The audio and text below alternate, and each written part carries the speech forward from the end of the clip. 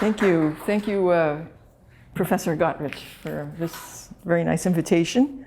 And I'm going to be, as Emily said, talking about my new project, which is on rescuing and humanitarian relief in Morocco during World War II. And I'll just leap right into the subject without any more preface. My question is, how did Moroccans transit the war years? World War II in North Africa was a turning point in every sense of the word, political, economic, social. But in what ways did the war affect ordinary Moroccans in particular? And how did the massive wartime encounter between Moroccans and Europeans reshape mentalities and send Morocco down the path of decolonization and national liberation in the post-war era? And how did it cement political and cultural ties between Morocco and the West that have endured until the present day? In fact, giving Morocco and external politics a very particular cast, unlike any other Muslim state in the region. Now, these are some of the questions that stimulated my research. But more particularly within my sights was the question of refugees, especially the large number of Central European refugees who came to Morocco, perhaps as many as 20,000 in the war years of 1940 to 45.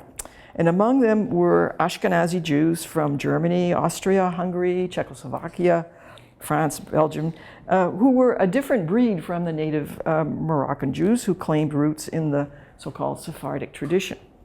And I was very interested in the question of the interaction between these European refugees with the native Jewish population that numbered, in fact, close to 200,000 at that point, who were mostly Arabic speaking and deeply Moroccan, I don't know how else to express it, in their attitudes and behaviors. I was curious about how these refugees were treated, how they were absorbed, how they were cared for or not cared for, and sent on their way, because by the end of the war, there were very few Europeans left in Morocco. So my quest was really to discover something about the temper of the times, the historical reality of the war years, especially 1940 to 1942, which is a key date, because at that date, in November of 42, the Americans landed on the North African coast and supposedly liberated Morocco, Algeria, and eventually Tunisia from the Nazi accented Vichy rule. There was very little published research on this subject to guide me, apart from a few monographs of a very superficial nature. And the historiography of these years, particularly from the Moroccan point of view, is practically a wasteland. And the question of refugees even more so. Very little scholarly work on them. So what were some of the themes that drew me to this terrain of history, this question of Moroccan Western wartime encounters? I can tell you, first of all, were not my priorities. I wasn't particularly interested in military history or even diplomatic history, although they are important in a pinch. Nor was I concerned with the lives of big men, the Pattons, the Eisenhowers, or even the Mohammed V's. That has all been done. I'm not interested in the unfolding history of the Moroccan nationalist movement, which is usually the way the war years are discussed in the Moroccan literature. In terms of what happened with the nationalists during that time, which was very important, but not my topic.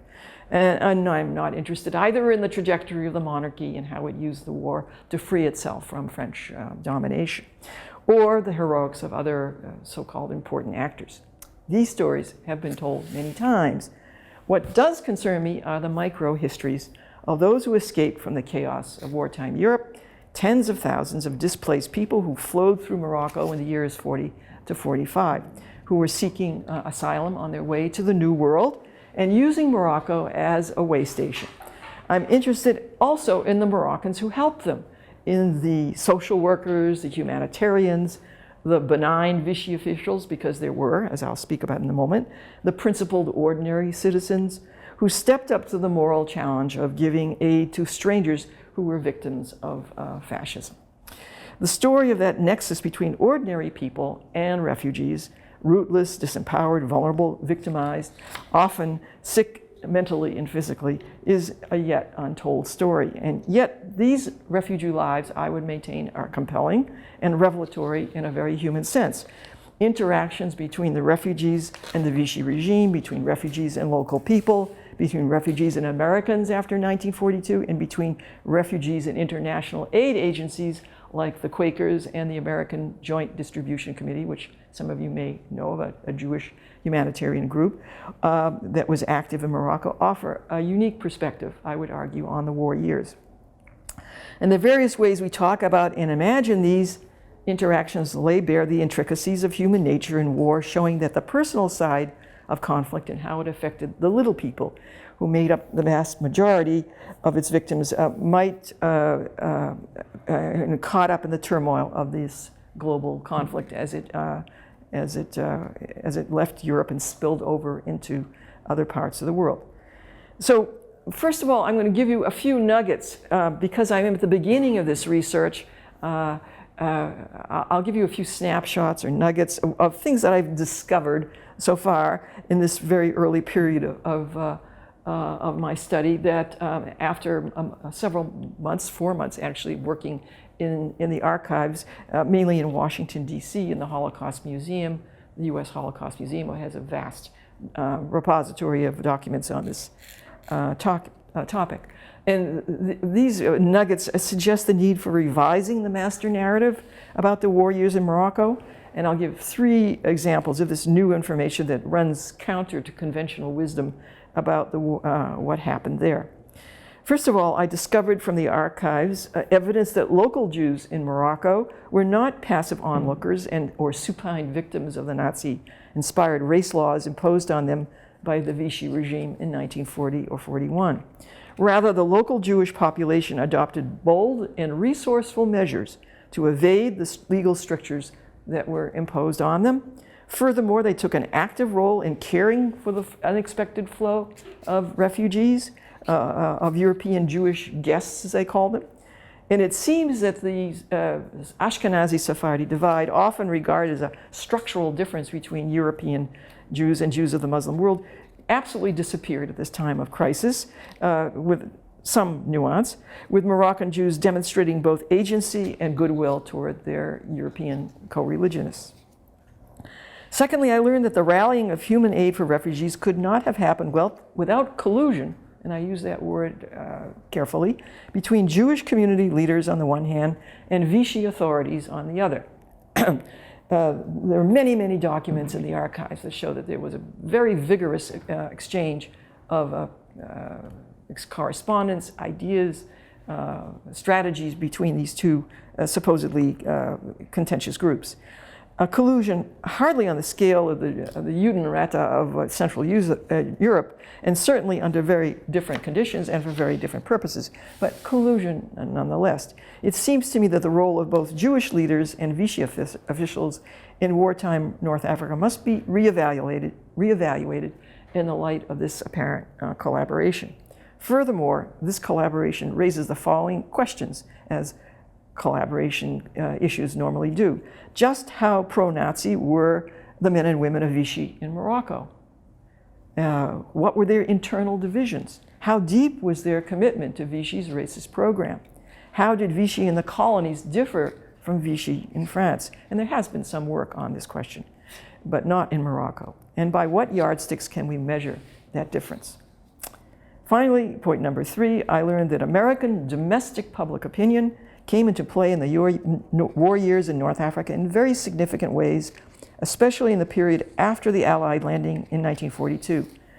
Archival sources tell me that the liberation of North African slave labor camps, yes, there were indeed Vichy-run slave labor camps in North Africa, more than 30 of them of varying degrees of atrociousness, set up for political dissidents, Jewish men and women, Spanish Republican soldiers, and European and Maghrebi communists. I learned that their liberation that took place many months after the Allied landings was the result of, to a large extent, of pressure from American public opinion, pressure by American liberals, both Jewish and non-Jewish, mainly through the pages of the leftist American press, was useful in forcing a reluctant U.S. occupation authorities to set aside their fear of second-guessing Vichy and forcing the Vichy officials to open the gates of these labor camps in the spring of 1943. So those are three interesting points that I've extracted from the massive documentation I have so far. But now I'd like to switch gears a little bit and to talk about something related but slightly different. To illustrate this story of refugees in North Africa in a very immediate way, I'd like to turn to a different medium, to a gem of cinematic art that is intimately connected with the question of refugees in North Africa during the war years. And perhaps you all guessed what that is. The film Casablanca, often referred to as the greatest Hollywood movie of all time. Starring Humphrey Bogart and Ingrid Bergman, the film was made in 1941 at the height of the refugee crisis and released in November 1942, just a few days after the Allied invasion of North Africa. Besides being a deeply compelling love story of love realized, love lost, love momentarily regained, the movie is set against the background of the very conditions I've just described. Morocco caught up in the maelstrom of war with its biggest and most important city, Casablanca, serving as a passageway for desperate refugees fleeing Hitler's Europe.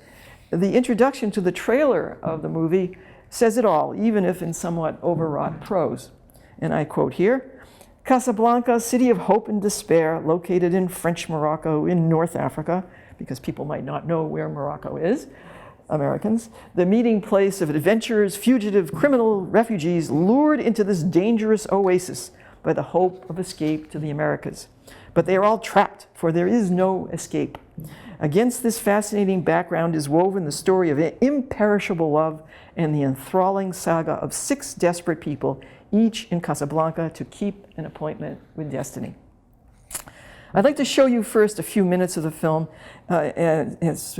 seeing for yourself how danger, chaos, disorder, and fear associated with the refugee experience is placed in the forefront of the film right from the start through imagery, words, and even sound and music, the 3 axes of the cinematic experience.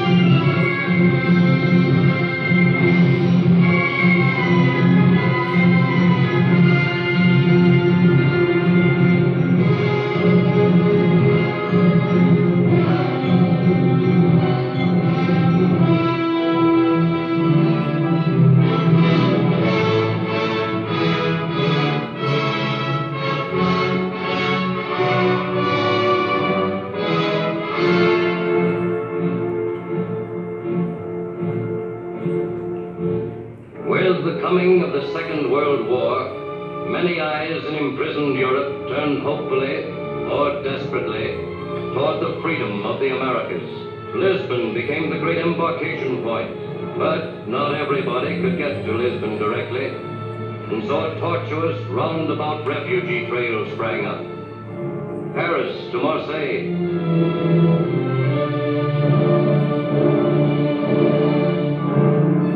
across the Mediterranean to Oran,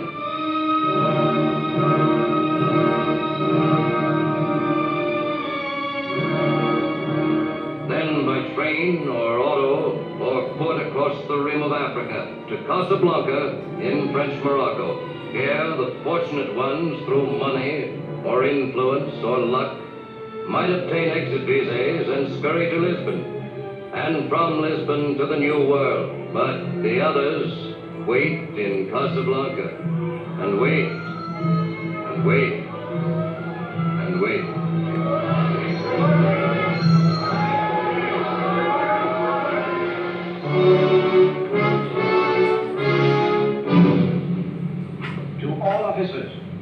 2 German couriers carrying important official documents murdered on train from Oran.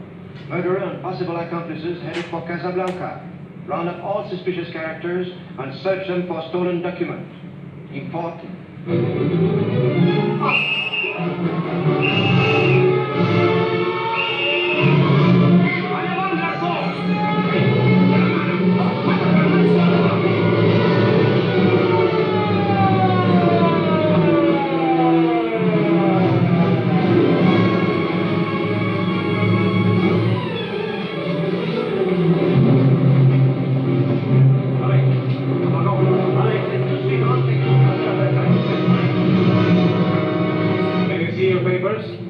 I don't think I have them on me. In that case, we'll have to ask you to come along. Well, it's possible that, yes. Here we are. These papers expired 3 weeks ago. You have to come along. Halt!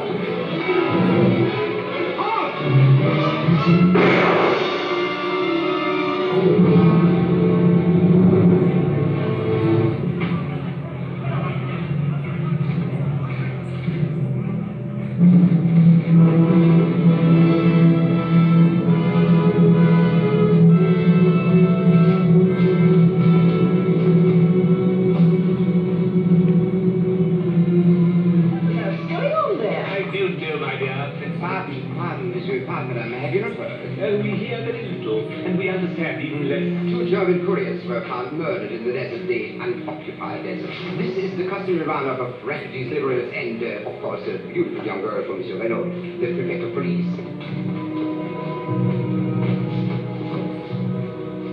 Unfortunately, along with these unhappy refugees, the scum of Europe has gravitated to Casablanca. Some of them have been waiting years for a visa.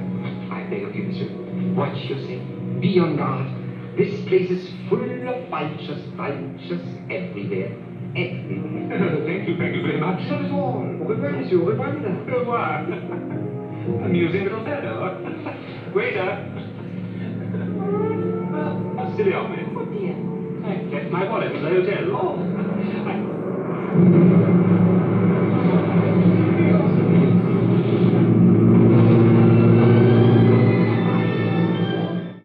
Well, what you see here, and I'm sure if you haven't seen this film for a while, this has whetted your appetite to see the whole thing through. Again, the forefronting of the refugee problem is apparent from the opening image, a map showing the escape route from Europe, so close to Morocco, the only route to safety. Next, we see refugees in the marketplace. We're told this is Casablanca, but of course it's not. It's a back lot of Warner Brothers studio near Los Angeles. And everything about the market is in fact false, from the costumes of the native vendors to the storefronts to the strange gibberish that they speak. Yet the babble of voices, the chaos, the intensity of the market fulfill the moviegoer's expectation that he or she is truly in the Orient, in a land as different, unknowable, and distant as one could possibly imagine. From here we move to a scene of terror.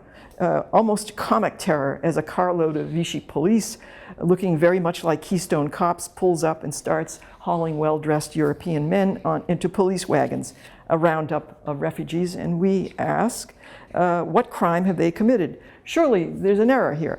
But the roundup goes on, and in one desperate outcast is shot dead as he tries to run away, still clutching in his hand a leaflet for the Free French.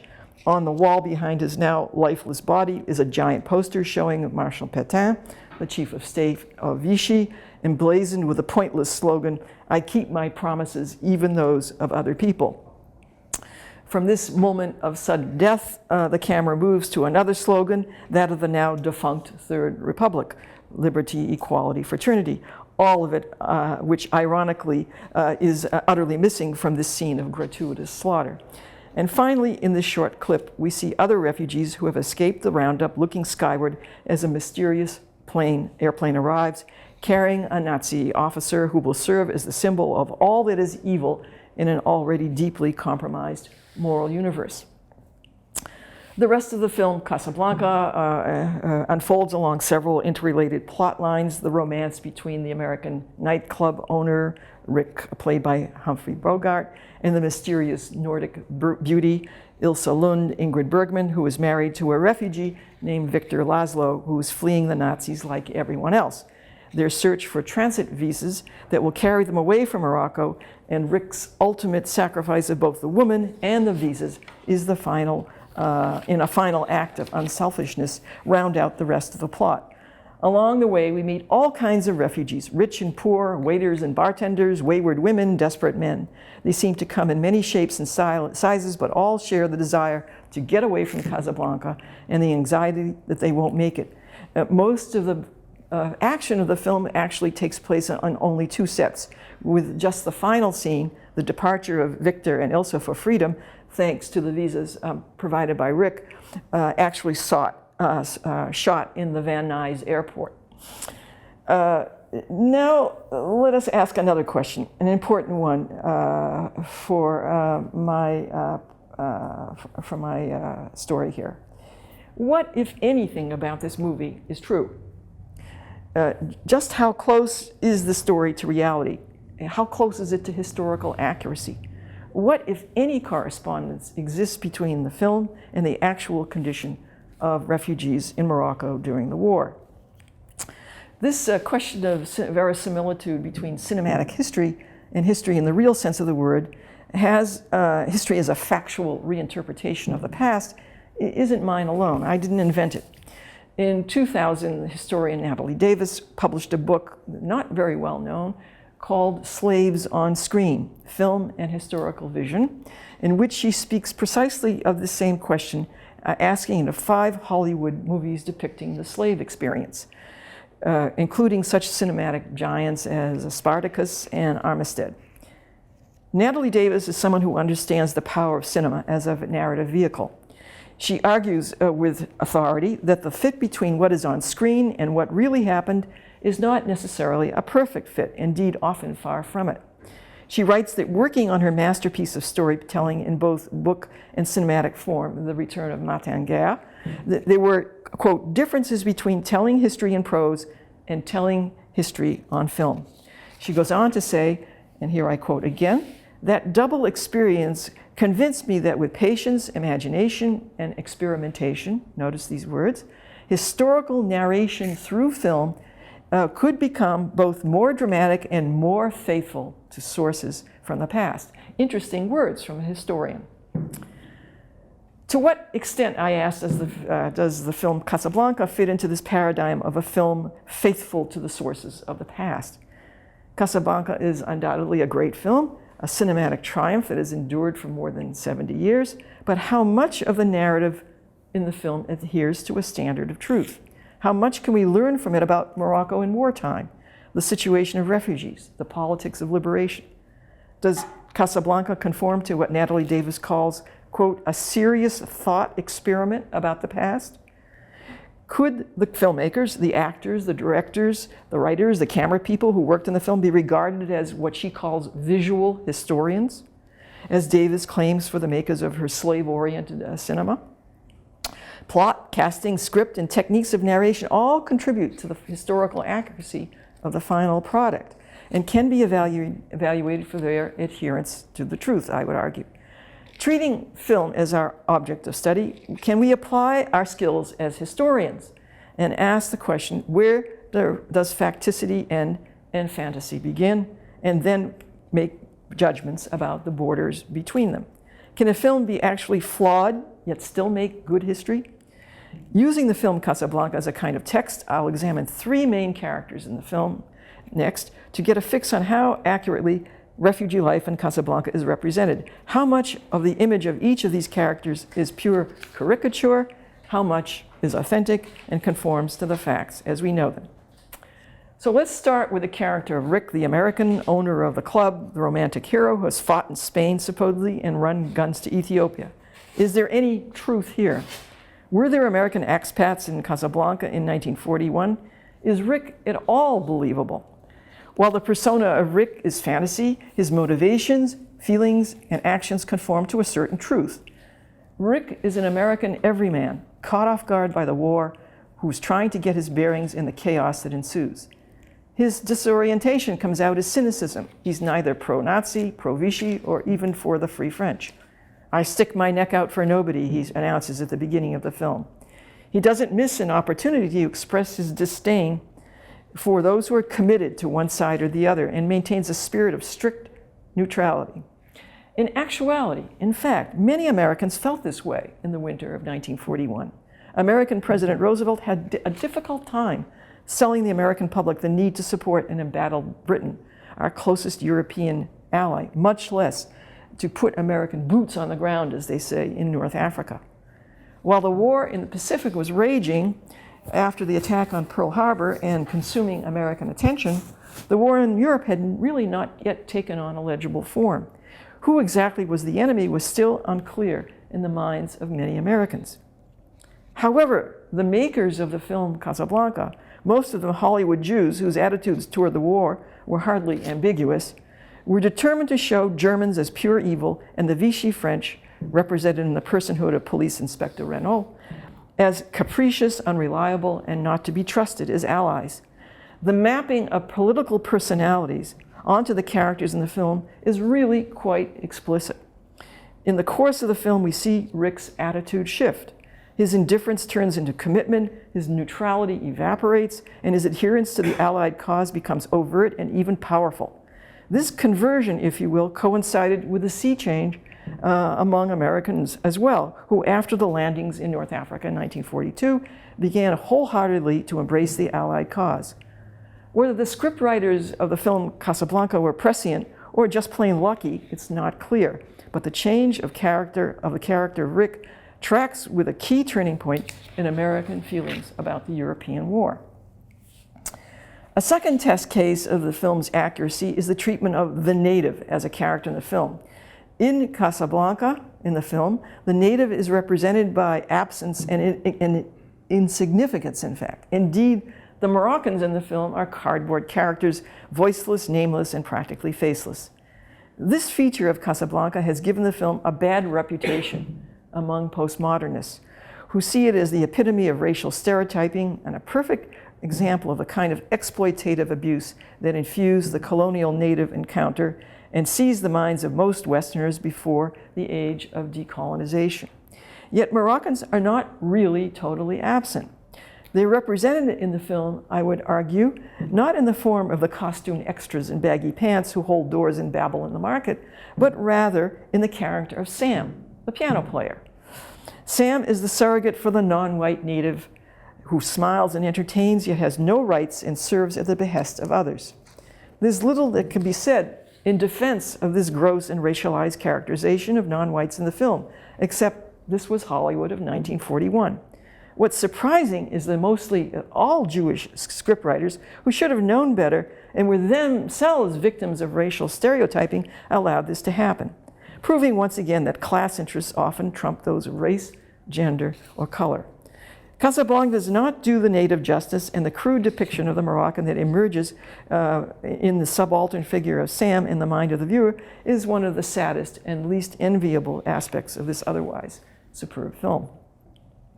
A final characterization that can be checked against reality is the refugee, VictorLaszlo, played by the Austrian refugee actor Paul Henried, whose real name was Paul Georg Julius Freiherr von Henried Ritter von Wesel-Waldingau. Laszlo is a hero who is steady, determined, dedicated to a cause, a political ideologue who has suffered in unspoken ways for his beliefs.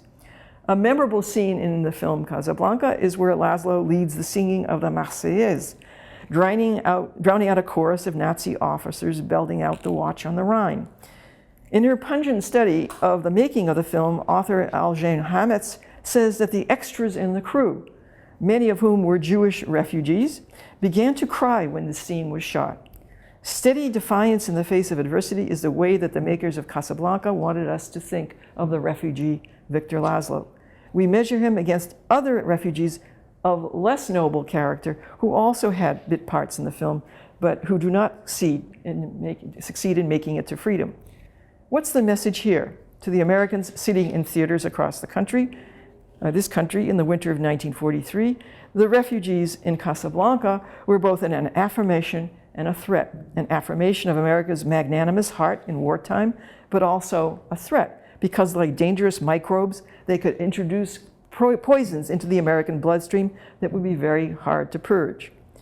A key message of the film is that America, with its doors once again wide open, would receive the flotsam and jetsam of Europe, its intellectuals and its charlatans, its scientists and its pickpockets, all of whom would eventually be washed up on these shores. Yet, at this point in time, in 1941, visas to enter the US were frightfully difficult to obtain and were handed out according to scales and measures that were often tipped in favor of the wealthy, the well-born, and the politically blameless. The aristocratic Laszlo, with his strident anti-Nazism and his well-heeled manners, would fit the bill perfectly, and by any measure of the time, was a good candidate for immigration. So what conclusions can we draw from this meeting of art and experience? When we weigh the historical significance of the movie Casablanca against its entertainment value, we come up with mixed reviews. Many aspects of the film are exaggerated, inaccurate, and represent missed opportunities, wrong judgments, and bad guesses. But other aspects of the film are right on target, based on an artistic sensibility, closely attuned to the fears, drives, and ambitions of European refugees, many of whom made up the cast in dozens of bit parts. Critic Pauline Kael said of the casting, quote, "If you think of Casablanca and all those small roles being played by Hollywood actors faking the accents, the picture wouldn't have anything like the color and tone it had." Perhaps it was the sensitivity of the director, Michael Curtiz, himself a refugee, or of the stars, Bogart, the perennial outsider, or Bergman, herself a transplanted European. Perhaps it was the shrewdness of the Warner brothers, sons of Jewish immigrants who knew firsthand about alienation.